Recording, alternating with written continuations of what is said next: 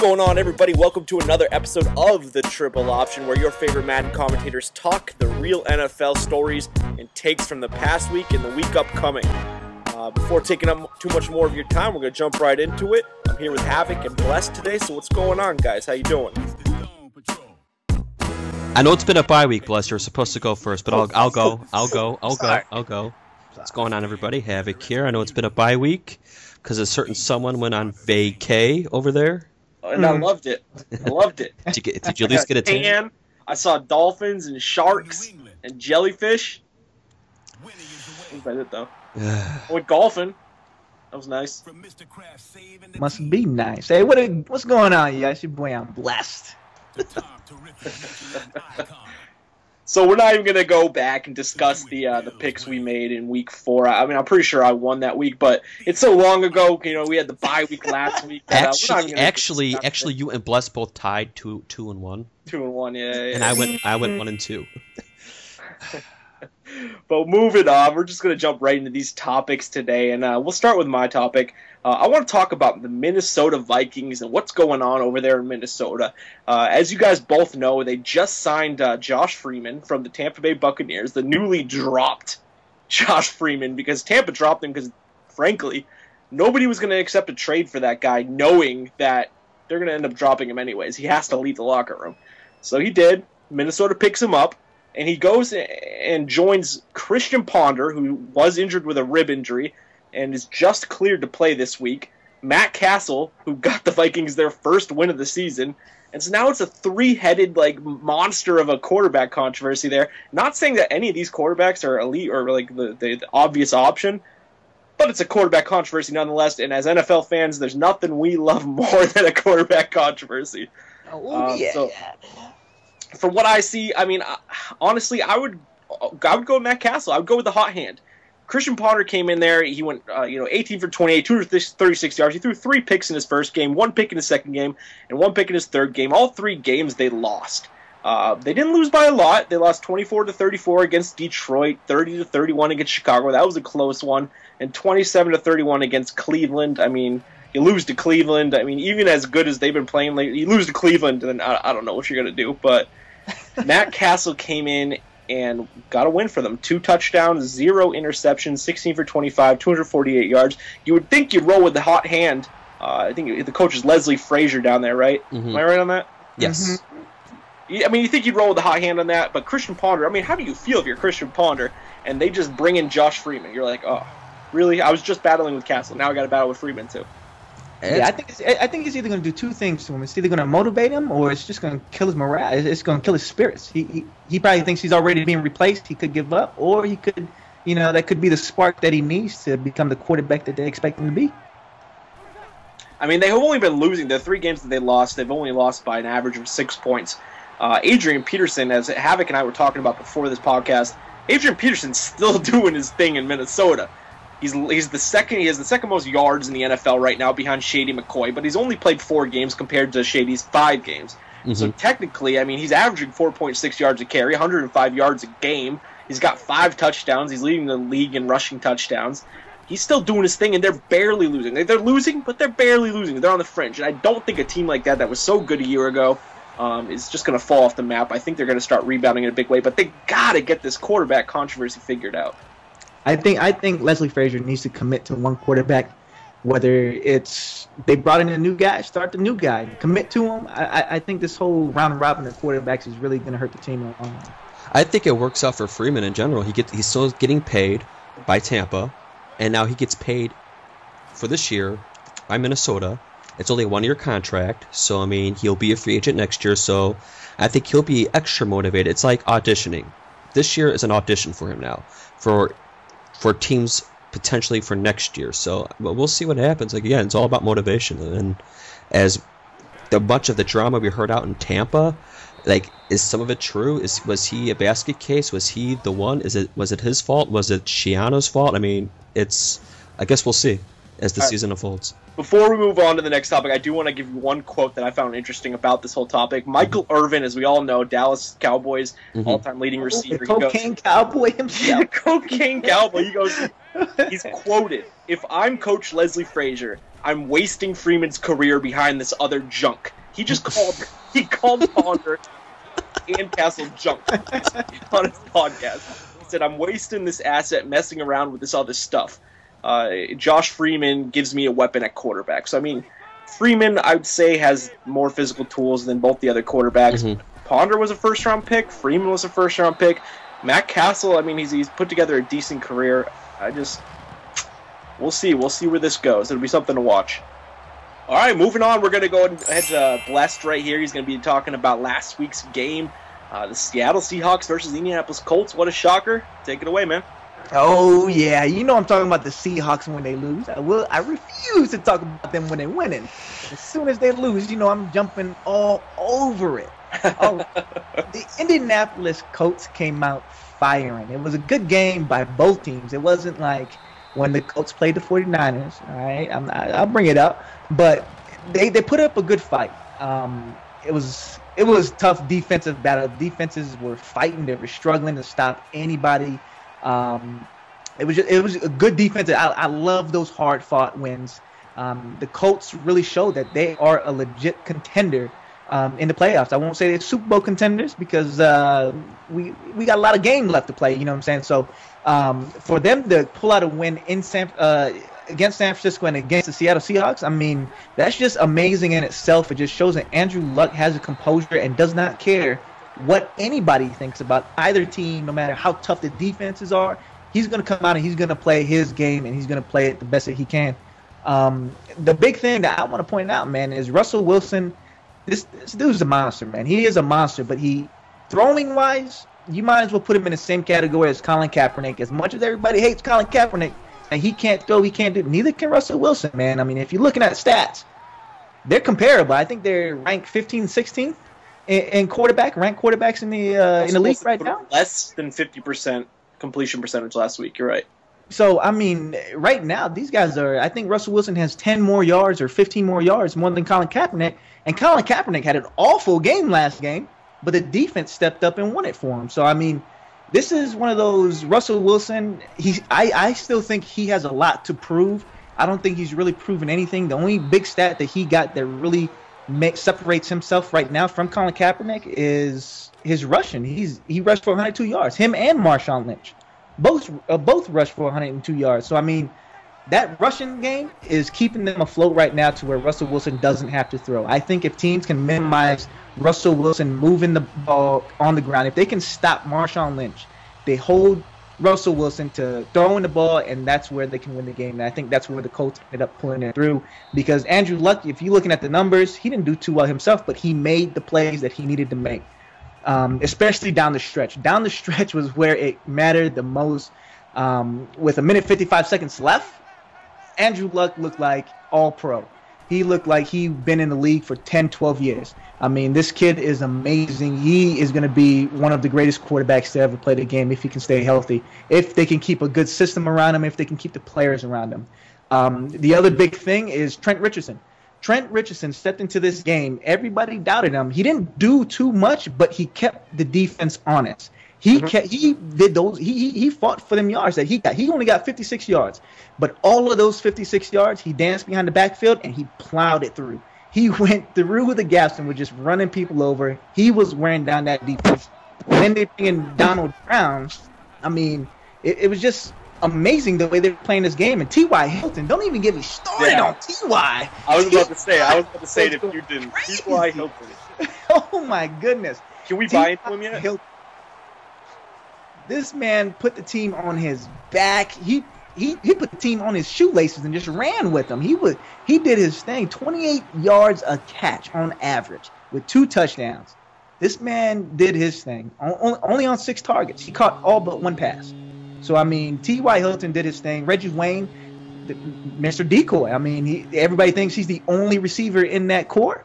T.Y. Hilton just stepped up and took over that game for him. I'm saying, man, T.Y. Hilton, I think it's time that we all can buy into him as a legit receiving threat in this league. He put up those numbers. I mean, that's impressive on its own, putting in those numbers. He put the numbers up on the Legion of Boom, man. He put that's the Seahawks. Yeah, that's Richard Sherman, Brandon Browner, Earl Thomas, Cam Like, that is a sick secondary, and he just did his thing out there. Yeah, Sherman didn't talk too much after that game, though, did he? Didn't think so. He was quiet. He was kind of quiet. I'm a little scared to even have a conversation with Richard Sherman, man. That dude is smart. It's smart. I don't even think I'm in the same category as that dude. Man. But yeah, all in all, it was a good game, man. The Colts look like they are legit contenders. They are here to win games. You can't count them out of any game, especially after winning against Seattle and the 49ers. And the 49ers are riding hot right now. I just had to point that out. But I mean, I'm just saying, though, the Colts really look good. I'm not going to talk about the Seattle Seahawks looking bad because they really didn't. There was times where they looked out of sync, but then again, it was Russell Wilson when he was throwing where they had the biggest problems. So hats off to all the Colts fans out there, holding it down, keeping the faith alive, man. I'm starting to become a believer in the Indianapolis Colts, man. I wasn't at first, but I am now. I'm here. You got me. You guys got me. You could buy into them. So do you think Indianapolis is going to continue against San Diego on Monday night? Oh, yeah. I think so. San Diego is so inconsistent. San Diego, I just don't think the Colts will let up on San Diego. I don't think they want to be the team to lose to San Diego. Going into your segment, though, I mean, HaVoC, Peyton Manning's thrown 20 touchdowns and 1 interception. He was due. He was due to throw a pick. That's absurd. 20-1. I mean, I remember Tom Brady did that a couple years ago where he was throwing an absurd ratio of touchdown to interception. But to start this year, 20-1, throwing for 300 yards in every single game so far, or over 300 yards, it's impressive. So with that being said, being that you're a Tom Brady guy, you think he'll shatter the TD record this year? I think he will. Like how much? 50, I think what Tom Brady, the record's 52, right? It's 50. Is it 50? Yeah. I think he's going to overcome that because what Manning set 49, I think. Yeah, he broke it, and then 2 years later Brady with Moss. Yeah. Which is just crazy. So I mean, Brady did 50. I mean, you can't stop that offense. Demaryius Thomas, Eric Decker, and Wes Welker, combined with the emergence of this tight end, Julius Thomas. Out of nowhere. Where did he come from? Peyton has a way of making the unknowns just come out of nowhere and just look great. He does that. Julius Thomas is catching the ball and then breaking 2 or 3 tackles and then going. Oh, he's a beast. It's amazing. Just. And it sucks because I am a Raider fan, but I have to be impressed with what the Broncos are doing. Just you can't not be impressed what they're doing. And just I was doing my recording, and I was watching the actual game, the shootout between Dallas and Denver. It was like the second quarter. I'm like, all right, I think Denver had like a 14-point lead, and then Dallas started coming back, and I'm like, oh my god! And then it started going in the 30s and then the 40s, and I'm like, what is going on here? But then I think we all knew, just over 2 minutes, Tony Romo having the ball, we all knew it was going to be one of those Tony Romo moments where he's just going to give the game away, and he did. Everybody keeps saying that. Tony Romo did his thing. Oh, I mean, at some point, you got to blame the defense. For 3.5 quarters, and then became Tony Romo that we all know and love. Mm-hmm. I mean, it was the last 5 minutes he turned into the Tony Romo. He did his thing. He put the team on his back. If he didn't do what he did, Dallas would have got blown. Yeah, but they were. My hat goes off to Tony Romo and all the come on. fans out. People were trying to. They want to change the turnover to the Romo over because that's what Romo does. He turns the ball over, man. That's what he does. It just. Tony Romo is LeBron James before LeBron James won championships. Great all 3 quarters, and then just disappears in the 4th quarter. But finally, LeBron kind of overcame, but that's a whole different thing. But Romo, but people say he's a top 10 quarterback. I don't consider Tony Romo a top 10 quarterback. I just don't. Are you guys kidding me? Oh my goodness! You can't win a Super Bowl. What has he done? What's his playoff record? What's his playoff record? Quarterback. What's his playoff record? What's his playoff record? I honestly can't. What's his Name playoff 10 record? quarterbacks better than Tony Romo. Russell Wilson's got a better playoff I record. doubt it. No. Russell Wilson has a better playoff record than Tony Romo. I'd take Russell Wilson over But Tony even Romo. still, though, you can't take him off a playoff record because you're looking at the defense that's playing with them. The Okay. defense is giving up a lot of points at the same time. Bless. You can't Now, blame bless. Tony Romo. You know as well as anybody in football, everything falls back on the quarterback. Doesn't matter when the teams lose. Doesn't matter how they lose. It always goes back to the quarterback And the head coach. I like to blame the coach. I like to blame the coach. The Tony Romo fumble on that kickoff in that one playoff game. Why is your starting quarterback holding the kicks? That should never happen. That should be the punter's job or the fourth string practice squad quarterback. That's who should be holding the kicks. You can't blame Tony Romo because that's not his job. Okay. He shouldn't be holding kicks. Again, what All has right? he done since? What has he done since? He put up 500 yards against a Denver Broncos Congratulations. They lost, and what? barely lost. I mean, you got to look at how much points the defense gave up. You can't. That just tells you. That Tony just Romo no. for What that playing out of his mind. I mean, Less. obviously, if you're gonna play hard so long, you can only do it for just a matter of time before you end up cracking. Oh yeah, he's not Peyton Manning. Yeah, he's not Tom Brady. I give him that. But outside of Tony Romo, like there's not that much better quarterbacks out there. I'll take Andrew Luck over Tony Romo. I would take Ben Roethlisberger over Tony Romo. And see that's I would take where Aaron Rodgers over Tony Romo. I would take Brady. Okay, we up to Manning, 5. Luck, Wilson. We're up to 5. I mean, we still can't get to top 10. I would take Michael Vick over Tony Romo. Oh, now you're getting ridiculous. No, I'm not. What Now you're again? being What has ridiculous. Tony Romo done? What? What He's has he put done? up better numbers than Michael Vick. You think Jerry Jones cares about the numbers? You think Jerry Jones cares about numbers? Yeah, if he paid Tony Romo, Well, was it he's $100 old and million in 10 senile. years? Well, he's just being old and I think senile. Jones cares about wins. He and cares about touchdown wins, and he wants Super championships. Bowls. He wants Super Bowls. He's not going to get a Super Bowl with Tony Romo. And what other quarterback are you going to bring in to have a better chance than Tony Slow. Romo? That's out there. There's no one out there. You can't now. You're invested in Tony Romo. Yeah, I mean, but even still, before this year started, who were you going to pick up? Well, Who there's was nobody. out there There's that was nobody. better than Tony Romo? you got to look at it this You had no choice but to keep Tony Romo.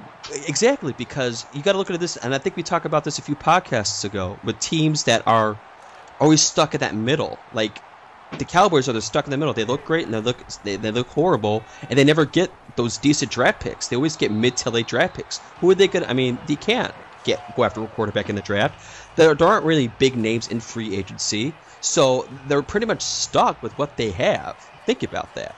And agreed, but if you look at the game, this past game, Tony Romo was running for his life nearly Yeah. every other play. And he made those plays happen. So, I mean, at some point, you got to give Tony Romo credit where credit is due. And I believe Tony Romo is one of the better quarterbacks in the league. He just doesn't get credit for it because he's had those big game mistakes. I think everybody All right. listening to this podcast saying right now, you using the word I and believe and Romo in the same sentence, they're just shaking their heads right now. That hurts. That hurts. It does. All right, guys. That got heated. I was just sitting back and I enjoying gotta it. go. I gotta go, guys. I gotta go cry. Oh.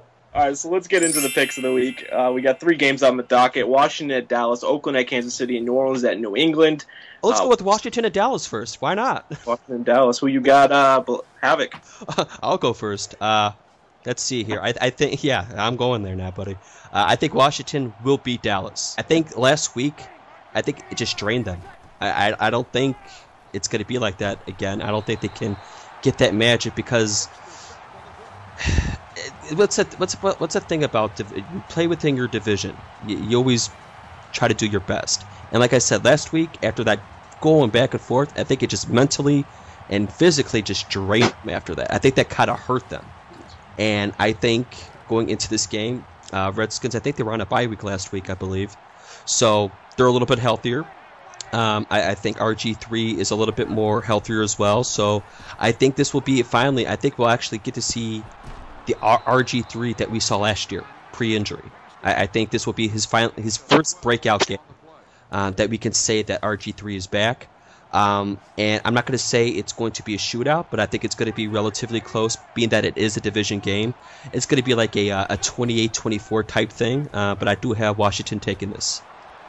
I'm also going to take Washington. I think coming off the 2-game losing streak for Dallas, I mean, coming off of that shootout, it's really the mood must be a little sour right now in that Dallas locker room. So I'm going with Washington. I think this is about the time of the year that we're going to see RG3 start to really get better from that injury he got last year and start progressing. So, I mean, I think Washington's going to start seizing control of that division because that division's open for grabs right now. Yeah, that's how bad it is.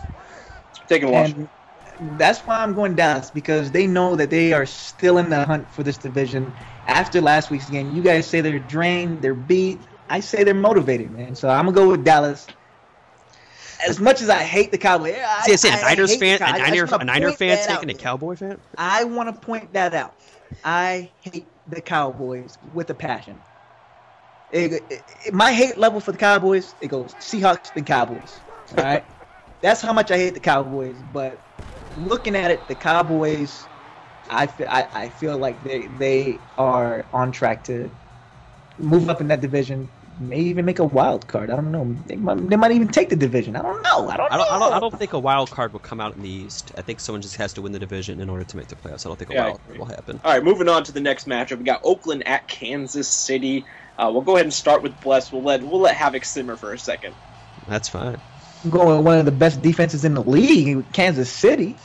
I mean, Oakland, they're good. They're playing out of their minds right now. They're playing like no one expected them to play, but Kansas City is doing the same thing but better.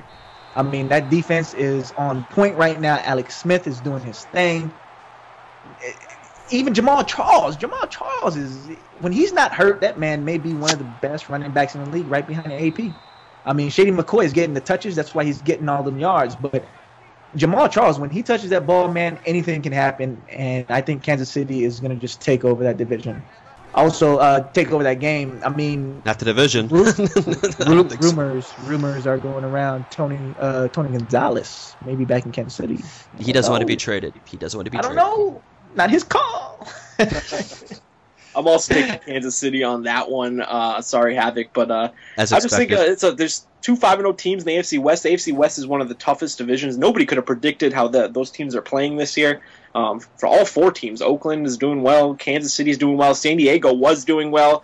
They kind of imploded last week, but Denver is off to that hot start, we all know. So, I mean, I'm just going to stick with Kansas City on this one. That defense is legit, and they go for heads. And I think Terrell Pryor, I don't know. I just think that I'm not buying completely into the hype yet. But I'm coming along.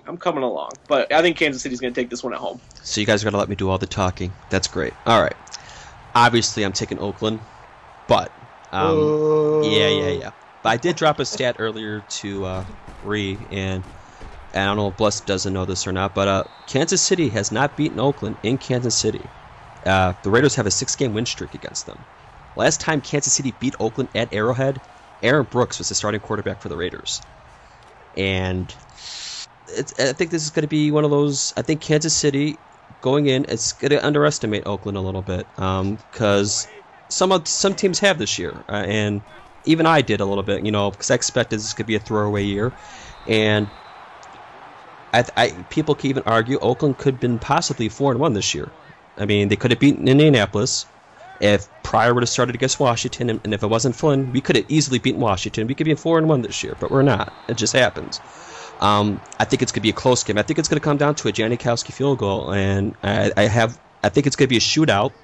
As good as the KCD has been this year, it's just something about division rivals. Like I said earlier, I think defense kind of just goes away. It just seems in those divisional games, it's just a shootout, back and forth, and it's one of those last-minute field goals, and I think it's going to be a Janikowski field goal for the win. Like I said, I know I've been saying a lot, but I think it's going to be an Oakland victory by field goal. I mean, division rivals always play each other tough, so who knows with that one. So we went over two division rivals, and the third game that we're picking is a non-conference game. AFC versus NFC, New Orleans Saints versus New England. I'll take it off. I'm taking the New England Patriots, obviously. I mean, I think they're going to get Rob Gronkowski back this week, which is great. I think that's going to help the offense tremendously. I don't even think it's a question. Just having Rob Gronkowski on the field is going to absolutely open up things for the other guys who are having trouble getting open on their own.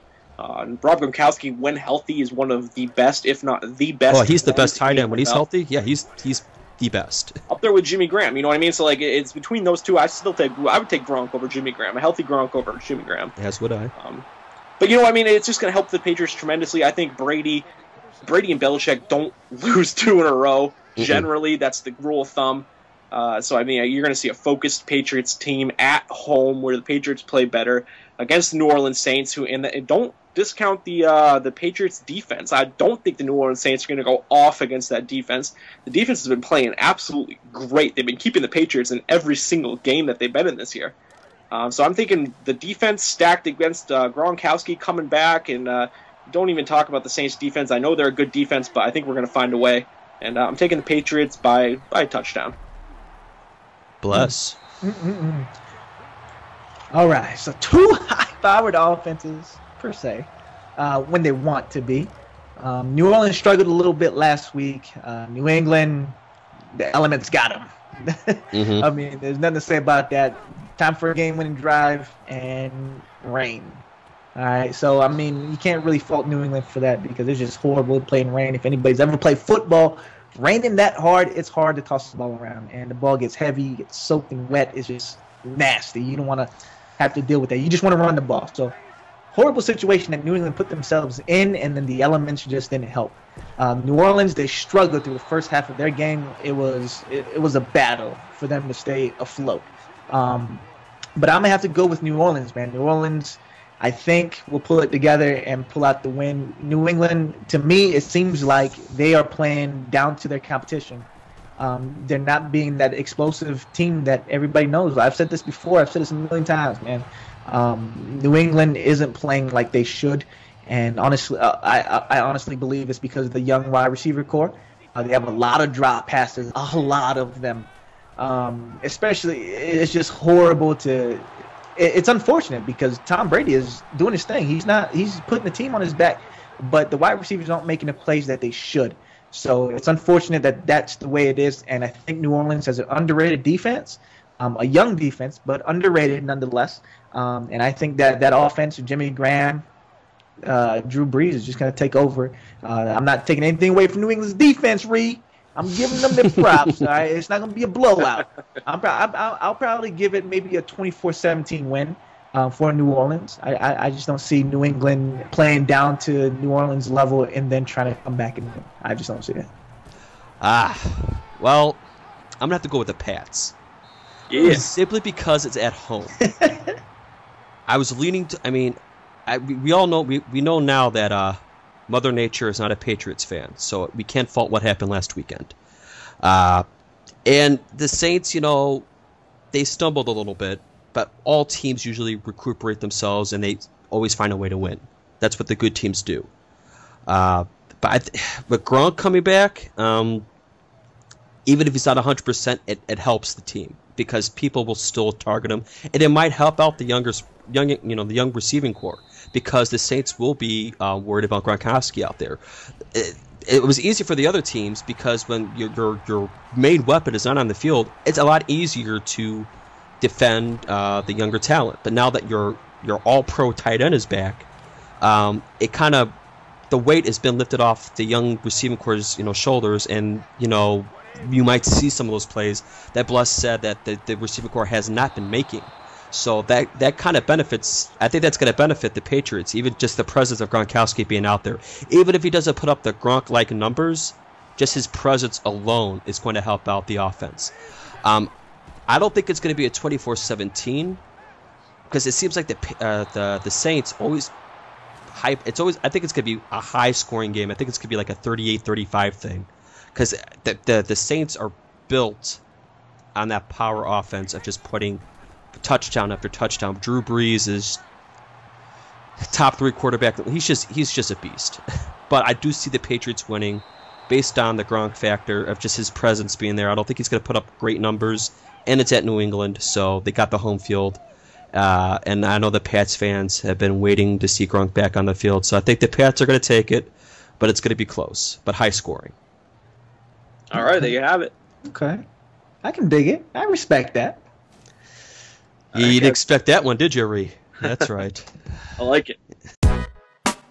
That's going to do it for this week's episode of The Triple Option. I hope you guys enjoyed it.